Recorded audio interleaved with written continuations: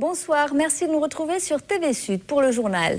Dans les titres de ce mardi 13 septembre, l'ouverture de 3 enquêtes suite à l'accident qui s'est produit hier sur le site nucléaire de Marcoule. L'autorité de sûreté nucléaire, la gendarmerie et l'inspection du travail veulent déterminer les causes de l'explosion. Et puis 120 familles de Roms expulsées ce matin d'un terrain municipal à Montpellier. Elles venaient d'évacuer un autre campement. On estime que 500 à 600 Roms vivent autour de Montpellier. On terminera avec le portrait de Zob. L'artiste éclectique est en concert à Nîmes demain soir. Il sort un livre par la même occasion. Et on commence ce journal avec les tout premiers éléments de l'enquête sur l'accident de Marcoule. Hier, au centre de traitement des déchets radioactifs du site, un four a explosé, tuant un ouvrier et en blessant 4 autres. Ce four a été arrêté depuis plusieurs jours. Les détails avec le procureur de la République de Nîmes. Il semblerait qu'à un certain moment, alors que la température du four était à un niveau extrêmement élevé, la fusion de la matière métallique ne s'est pas réalisée. Et qu'il y a eu une intervention humaine pour intervenir sur la croûte de cette matière métallique qui ne fusionnait pas. Et c'est quelques secondes après cette intervention qu'apparemment, selon les déclarations à ce stade-là, les constatations n'ont pas encore été faites, il y aurait eu cette explosion avec une sortie du four d'une gerbe, disons, de matière en fusion qui a provoqué les conséquences dramatiques que l'on sait aujourd'hui.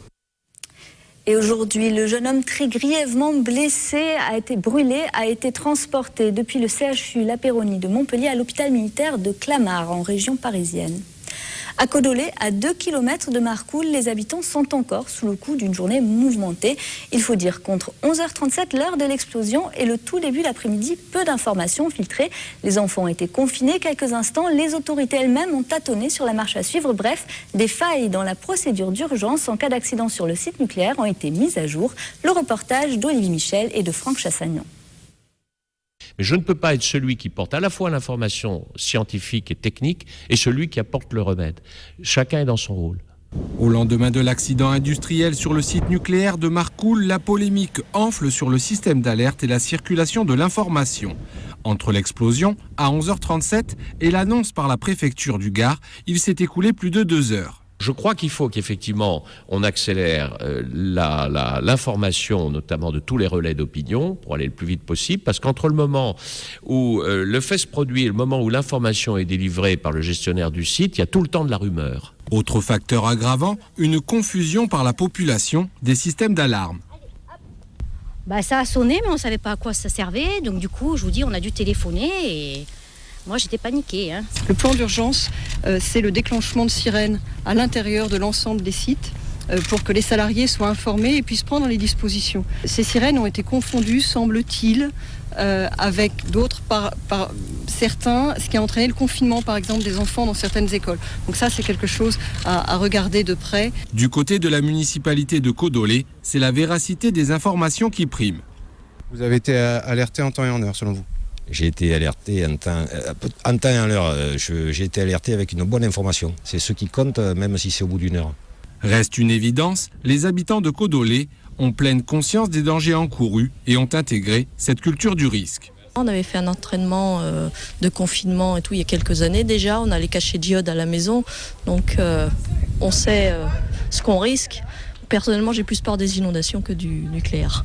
Une fatalité compréhensible. Les habitants de Codolé, comme les 87 000 personnes vivant dans la zone de 10 km autour de la centrale, savent qu'en cas d'accident nucléaire, ils seront en première ligne.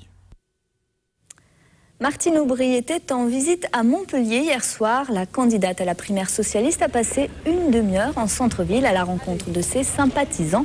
À ses côtés, le président du Conseil général, André Vézinet, et Hélène Mandroux. L'occasion pour Martine Aubry de contrer les rumeurs et d'assurer son soutien au maire de Montpellier. On l'écoute au micro d'Olivier Roraron. Une amie. C'est un maire formidable à Montpellier qui d'ailleurs s'inscrit totalement dans la politique du jour, si je puis dire. Je vois ce qu'elle fait dans ses quartiers en renouvellement, c'est-à-dire en faisant en sorte qu'il y ait effectivement des économies d'énergie, qu'il y ait la récupération de l'eau de pluie, qu'il y ait une mixité aussi sociale. C'est ça aussi le développement durable. Je pense que c'est un grand maire de Montpellier. En tout cas, pour moi, c'est une amie très proche et très fidèle. Et c'est surtout quelqu'un sur lequel je m'appuie beaucoup. 120 familles de Roms ont été évacuées d'un terrain municipal de Montpellier ce matin. Au fil du week-end, elles s'étaient installées près du Mas Rouge, sommées de quitter leur précédent campement propriété de France Domaine.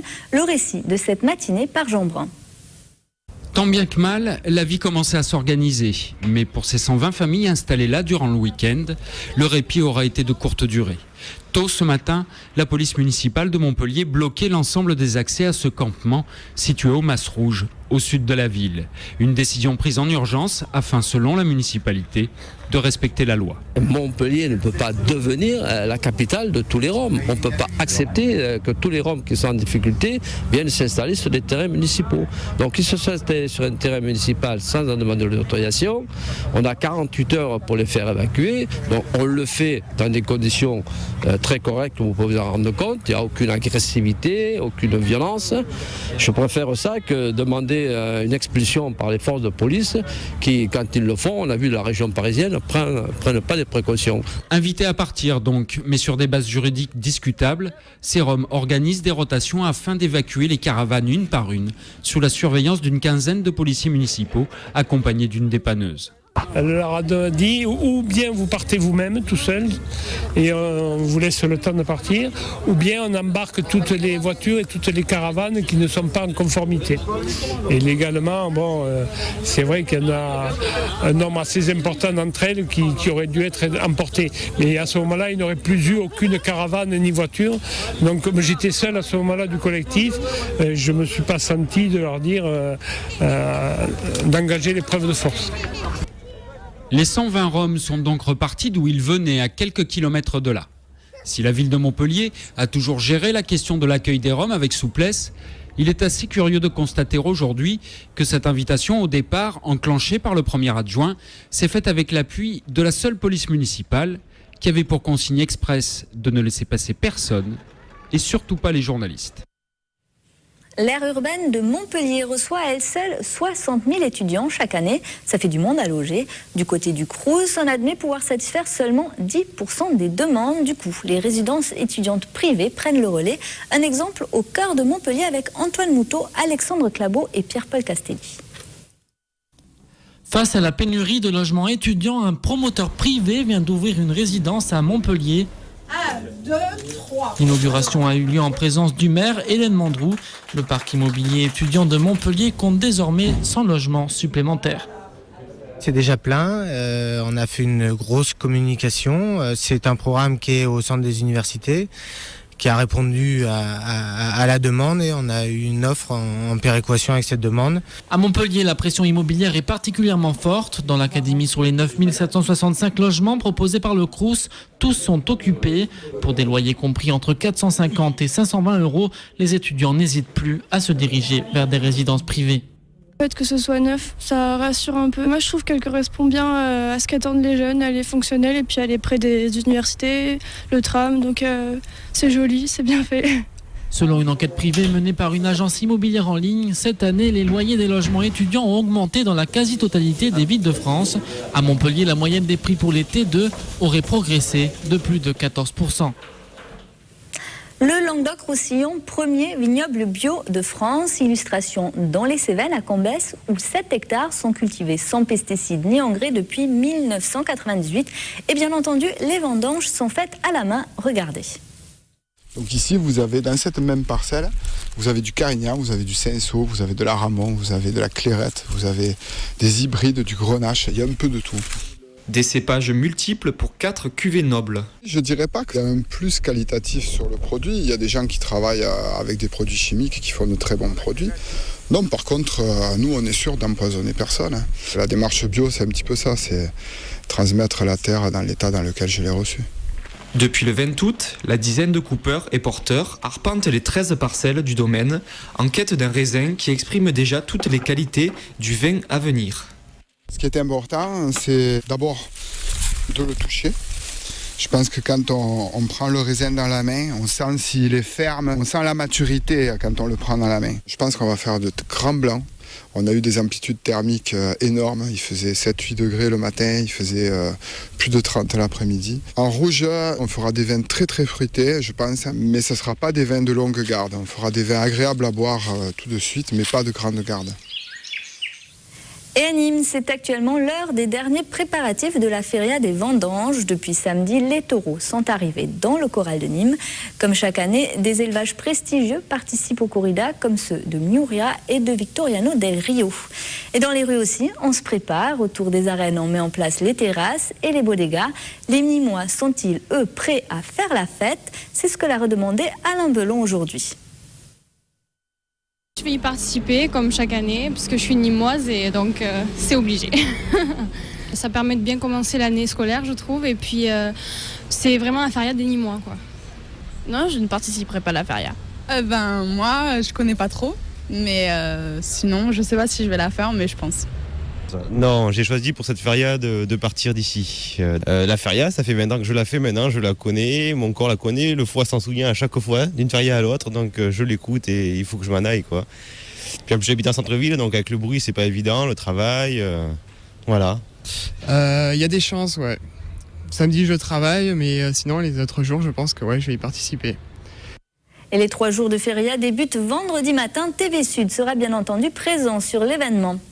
Et pour terminer, je vous propose une rencontre originale avec Zob, un artiste éclectique, écrivain, auteur, compositeur.